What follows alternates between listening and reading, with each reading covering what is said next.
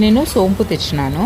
నా కూతురు అనింది, ఏం చేస్తామమ్మా అంటే, కషాయంలోకి వేయొచ్చు నాన్న, దీన్ని కషాయం తాగొచ్చు మనం చేసుకొని, మంచిది, హెల్త్ బెనిఫిట్స్ ఉంటాయి, డైజెషన్ ప్రాబ్లం ఉన్నా క్యూర్ అవుతుంది అని చెప్పినాను అనమాట. అంటే తను ఏమనింది అంటే, మమ్మ నేను రీసెంట్గా ఒక వీడియో చూసినాను, అందులో సోంపులో ఏదో కలర్స్ కలిపినారంట అనేసి అనింది.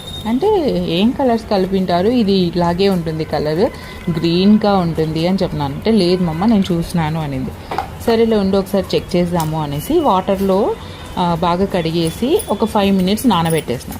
5 మినిట్స్ నానబెట్టిన తర్వాత ఆ వాటర్ని చూడండి, వైట్ ప్లేట్లోకి వేస్తే ఎంత కలర్ వస్తుందో, ఆ వాటర్ అంతా మళ్ళీ డ్రైన్ చేసేసి ఇంకోసారి వాటర్ వేసేసి ఇక్కడ వేస్తుంటే చూడండి ఇప్పుడు ఎంత వాటర్ ఉంది. అంటే అంతకుముందు వేసిండేదంతా కలరా. నిజంగా ఇప్పట్లో ఏమి తినాలో ఏం తినకూడదు అని చాలా భయం వేస్తుంది. ఊరూరికే క్యాన్సర్స్ రావట్లేదు, ప్రతి దానిలో ఇంత కల్తీ అంటే అసలు ఎక్కడ పోతుంది.